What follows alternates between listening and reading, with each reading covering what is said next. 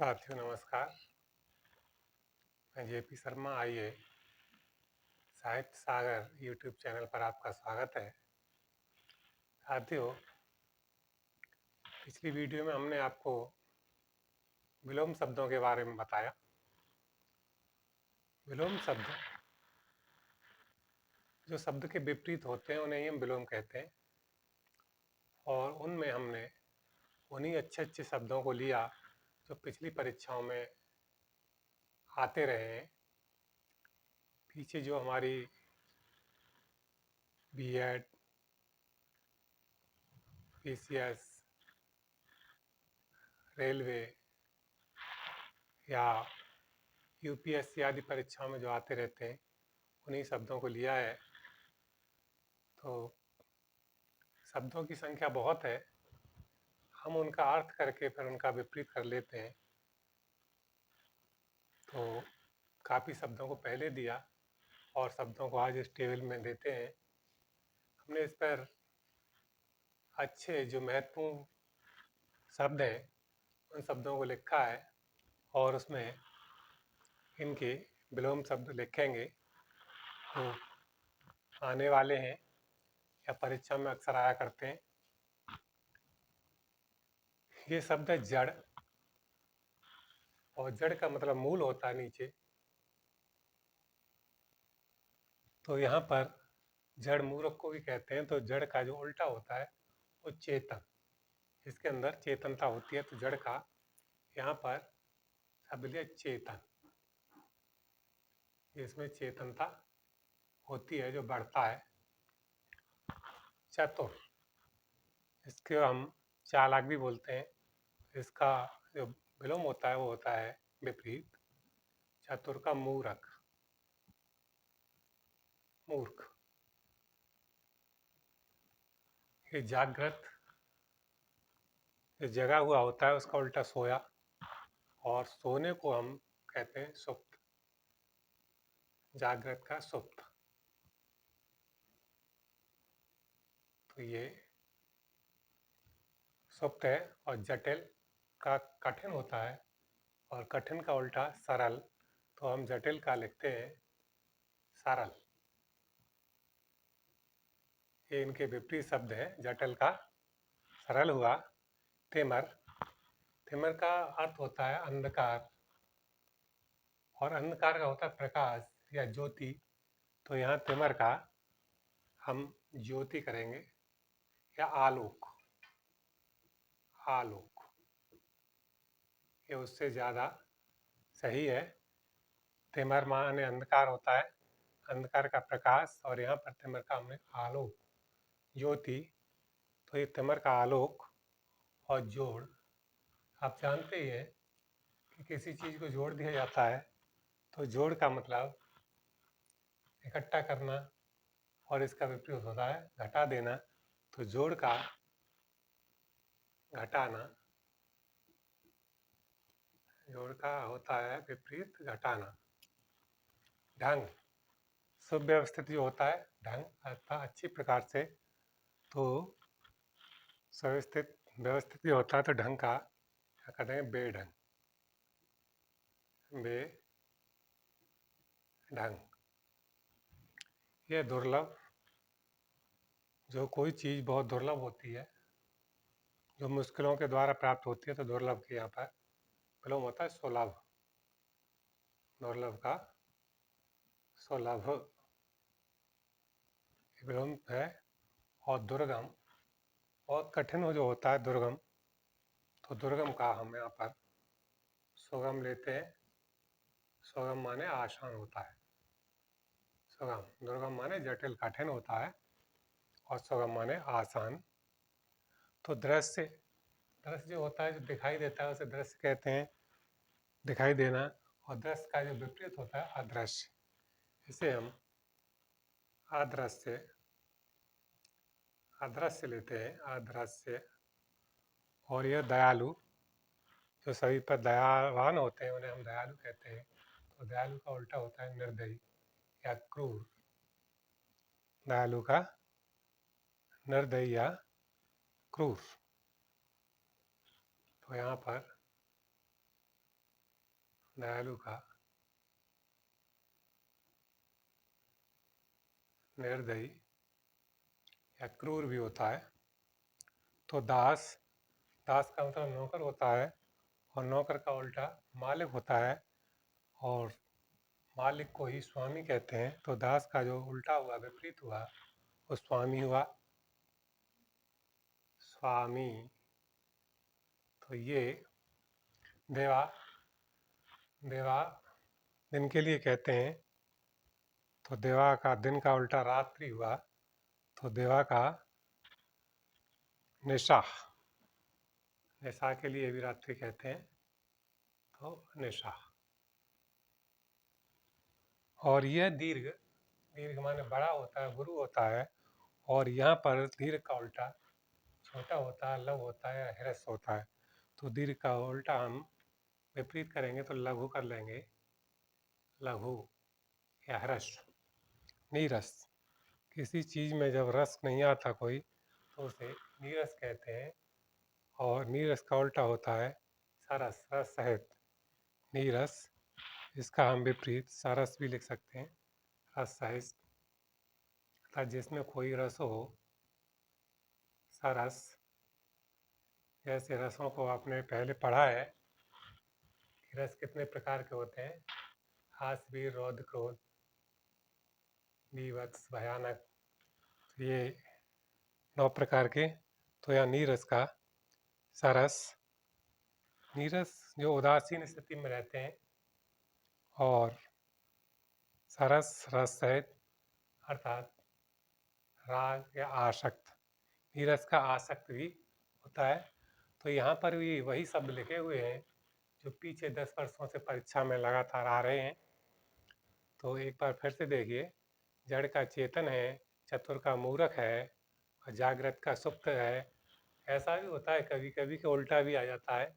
ये शब्द आ जाते हैं तो इनको पूछ लेते हैं कि चेतन का क्या है, जड़, मूर्ख का चतुर, सुप्त का जागृत, सरल का जटिल, आलोक का तिमर, घटाना का जोड़ या जोड़ का घटाना, बेढंग का ढंग, दुर्लभ का सुलभ, सुलभ का दुर्लभ, दुर्गम का सुगम, सुगम का दुर्गम, दस का दृश्य और दस का भी दृश्य, दयालु का निर्दयी, निर्दयी का दयालु, दास का स्वामी, स्वामी का दास, देवा का निशा, निशा का देवा, लव का दीर्घ और दीर्घ का लघु, नीरस का सरस और सरस का नीरस। अर्थात शब्द कोई भी आ सकता है, वो उस शब्द को पीछे कर देते हैं, दूसरे को आगे कर देते हैं। जैसे दिन का रात तो रात्रि का भी पूछ लेते हैं कि रात्रि का क्या होगा, या दिन का रात है तो रात्रि का दिन होगा। ऐसे ही आगे पीछे करके भी पूछे जाते हैं। तो ये नास्तिक है, तो नास्तिक का, नास्तिक कहते हैं ईश्वर को न मानने वाला जो नास्तिक होता है, और नास्तिक के लिए हम आस्तिक कहते हैं। तो वो आस्तिक भी लिख सकता है कि आस्तिक का विलोम बताइए, तो उसका नास्तिक होगा। तो नास्तिक और नास्तिक का होता है आस्तिक।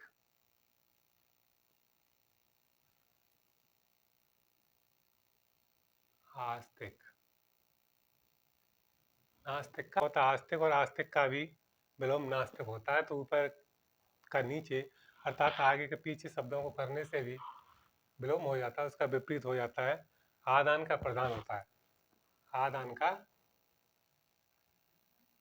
प्रदान होता है। आदान आना, लेना, प्रदान दे देना। पराजय का जय होता है और जय का पराजय होता है। पराजय का जय है तो जय का पराजय होगा। विपरीत, पराधीन का स्वाधीन होगा, स्वाधीन। और परास्त का हार जाना, हार का मतलब जीत जाना, विजय। तो परास्त का जय या हार का जीत, परास्त का विजय। विजय होना। पल्लवन, पल्लवन का मतलब बढ़ना, और पल्लवन का बढ़ना का घटना, अर्थात पल्लवन का संक्षेपण होता है। पल्लवन का संक्षेपण, संक्षेपण अर्थात संक्षेप में कहना किसी बात का, पल्लवन विस्तार करना, और संक्षेपण जो होता है उसको छोटा करना। प्रशंसक, प्रशंसा करना। और ईर्ष्यालु या निंदक, निंदक जो निंदा करते हैं वो निंदक होते हैं। प्रशंसा नहीं करते बल्कि निंदा करते हैं। अर्थात निंदक है, ईर्ष्यालु है, द्वेष रखने वाले हैं, तो पंडित का मूर्ख होता है। प्रथम शब्द पंडित का क्या होता है? मूर्ख। और मूर्ख का क्या होता है? पंडित। पंडित का मूर्ख होगा तो मूर्ख का भी पंडित होगा। पुरस्कार किसी को सम्मानित करने के लिए पुरस्कार कहते हैं। तो पुरस्कार जो दिया जाता है सम्मान के लिए, और उसका उल्टा होता है श्राप देना, पुरस्कार देना, या उसका तिरस्कार करना। पुरस्कार का तिरस्कार होता है उसको हानि करना, उसकी मान हानि करना। तो पुरस्कार का श्राप भी होता है, शाप। और पतन का उत्थान होता है, और इसी तरह से उत्थान का भी पतन होता है। पतन किसी चीज का नष्ट हो जाना, पतन की ओर जाना, और उत्थान ऊंचा उठना, उत्कर्ष।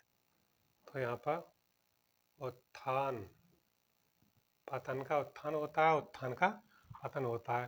पुण्य है तो पुण्य का पाप होता है। पुण्य का जो विपरीत है वो पाप होता है, और पाप का विपरीत पुण्य होता है। तो यहाँ पर पाप। प्रतिकूल, और प्रतिकूल का जो विपरीत होता है वो होता है अनुकूल। जो हमारे अनुकूल हो, वो अनुकूल, और अनुकूल का जो विलोम होता है वो होता है प्रतिकूल। प्रवृत्ति, और प्रवृत्ति का होता है निवृत्ति। प्रवृत्ति सांसारिकता में आती है, अर्थात संसार में जो लग जाता है उसको प्रवृत्ति बोलते हैं, प्रवृत्ति मार्ग है। और जो संसार से विरक्त होता है उसे निवृत्ति मार्ग कहते हैं, निवृत्त हो जाना। तो प्रवृत्ति का होता है निवृत्ति, निवृत्ति, प्रवृत्ति का निवृत्ति होना। और पूर्ववर्ती, पहले का, अनुवर्ती पीछे होना। पूर्ववर्ती का मतलब पहले होना, और इसके पीछे होना अर्थात अनुवर्ती, या उत्तरवर्ती भी कहते हैं, अनुवर्ती, और इसे उत्तरवर्ती भी लिख सकते हैं, उत्तरवर्ती। और शुभ का अशुभ होता है। शुभ अर्थात अच्छा होता है, जिसके लक्षण अच्छे हों वो शुभ होता है, और इसका विपरीत होता है अशुभ, अशुभ। तो यहाँ पर ये सभी शब्द हमने वही लिए हैं जो पिछले उससे हैं, आए हुए शब्द हैं, ज़्यादातर आते रहते हैं। तो देखिए, नास्तिक का आस्तिक, आदान का प्रदान, पराजय का जय, पराधीन का स्वाधीन, परास्त का विजय, पल्लवन का संक्षेपण, प्रशंसक का निंदक, पंडित का मूर्ख, पुरस्कार का शाप, पतन का उत्थान। और ऐसे ही उल्टे भी कर देते हैं। तो उत्थान का पतन, पाप का पुण्य, पुण्य का पाप, अनुकूल का प्रतिकूल, प्रतिकूल का अनुकूल, प्रवृत्ति या निवृत्ति, निवृत्ति का प्रवृत्ति, पूर्ववर्ती का अनुवर्ती, और उत्तरवर्ती, उत्तरवर्ती का पूर्ववर्ती, शुभ का अशुभ, और अशुभ का शुभ। कोई भी शब्द पहले आ सकता है और उसे लिख के वो विपरीत हो जाता है। तो यहाँ पर ये बंधन है। बंधन किसी चीज में बंध जाना, तो इसको बंधन का जो विपरीत होता है, विलोम होता है, वो होता है मोक्ष। बंधन का मोक्ष होना, अर्थात संसार से पार हो जाना, भवसागर से पार हो जाना, जन्म मरण के चक्कर में न पड़ना ही मोक्ष होता है। बहुमत, इसकी संख्या ज़्यादा होती है। जो बहुमत होता है इसका विपरीत होता है अल्पमत, अल्पमत। तो बहुमत का अल्पमत होता है। और ये बाहर है, तो बाहर का मतलब भीतर होता है। आप जानते हो बाहर का भीतर भी होता है, भीतर या अंदर। भाव का कुभाव होता है, भाव का अच्छे विचार, और कुभाव के कुछ सत्य विचार। भाव का अच्छा विचार, इसका विपरीत होता है कुभाव, कुभाव का होता है कुत्सित विचार। तो भाव का कुभाव लिखते हैं, कुभाव। भूगोल, भूमान पृथ्वी, पृथ्वी गोल है, उसके हम भूगोल कहते हैं, इसका अध्ययन करते हैं। तो भूगोल की जगह पर इसका हम लेंगे खगोल, भूगोल की जगह पर इसे खगोल लेंगे, खगोल हुआ। और ये है मित्र। और मित्र जानते हैं जो आपके हितैषी होते हैं, मित्र कहलाते हैं। इनके विपरीत होता है शत्रु। द्वेष रखने वाले को शत्रु कहते हैं, तो मित्र का शत्रु। महात्मा, जिनके विचार अच्छे होते हैं, उन्हें हम महात्मा कहते हैं। और महात्मा का उल्टा होता है दुरात्मा, अर्थात बुरे विचार वाला। तो इसे महात्मा को हम दुरात्मा भी करते हैं। दुरात्मा। और मूक, मूक का मतलब होता है शांत हो जाना, बिल्कुल मूक हो जाना, मुंह को अपना बंद कर लेना, यही मूक होता है। तो मूक का जो विपरीत होता है वाचाल। मूक का विपरीत वाचाल होता है। और यहाँ है मानव। मानव जिसके अंदर इंसानियत होती है, तो ये मानव का होता है यहाँ दानव। मानव का विलोम क्या होता है? दानव। अर्थात इसका विपरीत दानव हुआ। महायोगी, योगी होते हैं जो योग करते हैं। इसके बाद महायोगी बड़े, लेकिन महायोगी का होता है फिर महाभोगी। महाभोगी, महायोगी की जगह पर हम लिखते हैं इसे महाभोगी। मृदुल, मीठा होता है, और मृदुल मुलायम होता है, कोमल होता है। तो इसका विपरीत होता है कठोर। इसका विपरीत क्या होता है? कठोर। और युद्ध, रण क्षेत्र जहाँ लड़ाइयाँ लड़ी जाती हैं उसे युद्ध कहते हैं। तो युद्ध का जो विपरीत है होता है शांत। और शांत होता है। तो यहाँ आया रोगी।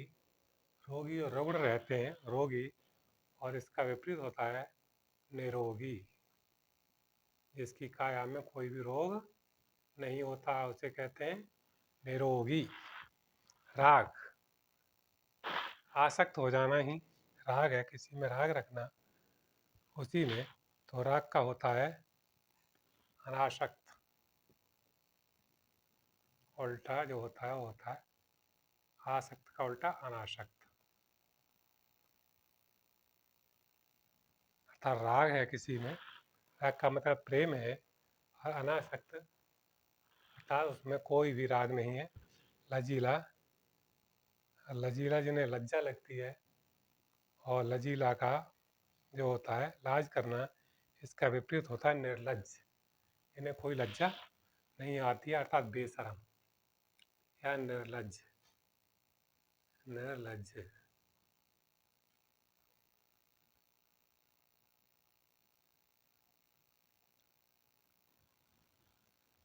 और यह विषाद, विषाद दुखी हो जाना, किसी चीज़ को गहराई में सोचते जाना, अर्थात उसमें डूब जाना, सांसारिक विषय में डूब जाना, उसे विषाद कहते हैं। और विषाद का विपरीत जो होता है वो होता है हर्ष। विषाद का विपरीत क्या होता है? हर्ष। हर्ष। इस तरह से हमारे ये हुए विलोम शब्द, विपरीत शब्द। हमने कई शब्दों को पहले टेबल में दिया पिछले वीडियो में, और इसमें भी हमने ये टेबल दिया है।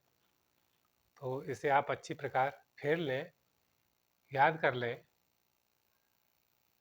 अच्छे शब्द हैं, अच्छे आते हैं। जितनी आपकी शब्द बढ़ेंगे उतनी ही आपकी जो भाषा है अच्छी बनेगी। तो आप एक बार फिर से देख लें 1-2 मिनट में। जड़ का चेतन, चतुर का मूर्ख, जागृत का सुप्त, जटिल का सरल, तिमर का आलोक, जोड़ का घटाना, ढंग का बेढंग, दुर्लभ का सुलभ, दुर्गम का सुगम, दृश्य का अदृश्य, दयालु का निर्दयी, दास का स्वामी, दिवा का निशा, धीरज का लघु, नीरज का सरस। और यहाँ हम उल्टे भी कर लेते हैं। आस्तिक का नास्तिक, प्रधान का आदान, जय का पराजय, स्वाधीन का पराधीन, विजय का परास्त, संक्षेपण का पल्लवन, निंदक का प्रशंसक, मूर्ख का पंडित या पंडित का मूर्ख, शाप का पुरस्कार, पतन का उत्थान, उत्थान का पतन, पुण्य का पाप, पाप का पुण्य, प्रतिकूल का अनुकूल, अनुकूल का प्रतिकूल, प्रवृत्ति का निवृत्ति, निवृत्ति का प्रवृत्ति, पूर्ववर्ती का अनुवर्ती, अनुवर्ती का पूर्ववर्ती, शुभ का अशुभ और अशुभ का शुभ। यहाँ देखिए बंधन का मोक्ष, मोक्ष का बंधन, बहुमत का अल्पमत, अल्पमत का बहुमत, बाहर का भीतर, भीतर का बाहर, भाव का कुभाव, कुभाव का भाव, भूगोल का खगोल, खगोल का भूगोल, मित्र का शत्रु, शत्रु का मित्र, महात्मा का दुरात्मा, दुरात्मा का महात्मा, मुख का वाचाल, वाचाल का मुख, मानव का दानव, दानव का मानव, महायुग का महाभोगी, मृदुल का कठोर, कठोर का मृदुल, युद्ध का शांत, शांत का युद्ध, रोगी का निरोगी, और निरोगी का रोगी, राग का अनासक्त, लजीला का निर्लज, और विषाद का हर्ष। इस तरह से हमारे ये विलोम शब्द ये यहाँ पर आज इतने ही हमारा जो अपना काम है करने का, बताने का, पूरी कोशिश करते हैं अच्छे से अच्छे शब्दों को ढूंढने की, बताने की कि इसका क्या विपरीत होगा। तो आप इन्हें पढ़ें, याद करें और प्रतिदिन अभ्यास करते रहें। तो विद्या किससे बढ़ती है? विद्या केन वर्धते है। विद्या किसके द्वारा बढ़ती है? विद्या अभ्यासेन वर्धते। विद्या जो है वो अभ्यास के द्वारा बढ़ती है। तो प्रतिदिन का हमारा आपका अभ्यास, इसके द्वारा अंदर की सफाई होगी और विद्या इसी के द्वारा बढ़ती है। इसकी जानकारी होती है, जो धूल जम जाती है, जैसे हम किसी दर्पण को देखते हैं, उस पर रखे रहने से धूल जम जाती है, चेहरा स्पष्ट नहीं दिखाई देता है। ऐसे ही यदि हम अभ्यास छोड़ दें तो बिना अभ्यास के विद्या धीरे धीरे शांत हो जाती है, गायब हो जाती है। तो हमें अपनी विद्या, अपनी जानकारी ये लगातार रखनी है, रेगुलर रखनी है। इससे क्या होगा कि हमें अच्छी जानकारी होती जाएगी, बढ़ती जाएगी। क्योंकि कोई जब पौधा लगता है तो उसका अंकुर छोटा ही होता है और धीरे धीरे वही अंकुर बढ़ता जाता है। तो हमें अपना काम करना है और आपको भी अपनी पढ़ाई करनी है। तो आप लगातार अभ्यास करते रहिए, चलते रहिए, और आप और भी ज़्यादा अच्छे अपना निखार करेंगे, अपनी योग्यता बनाएंगे। क्योंकि कुछ चीज़ें परोपकार के लिए होती हैं। जैसे संस्कृत का एक श्लोक है, पिबन्ति नद्यः स्वमेव नाभः, स्वयं न खादन्ति फलानि वृक्षाः, नादन्ति सस्यं खल्वार्वाः, और परोपकाराय सतां विभूता। पिबन्ति नद्यः स्वमेव नाभः। जो नदी होती हैं वो अपने जल को स्वयं नहीं पीती हैं। नदियों में भयंकर बाढ़ आती है, जल आता है, लेकिन वह अपने नल को स्वयं नहीं पीती है, और वो सिंचाई के काम में आता है, पीने के काम आता है, हमारी फसलों के काम आता है। और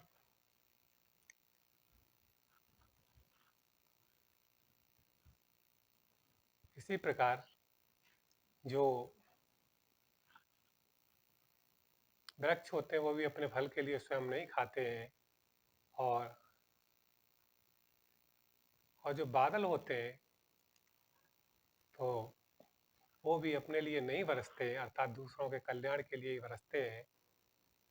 इसी प्रकार नादंती सस्यम खल्वार्वाः, तो बादल भी दूसरों के लिए बरसते हैं, अर्थात परोपकाराय सतां विभूता। जो परोपकारी जो लोग होते हैं उनकी जो संपत्ति होती है वो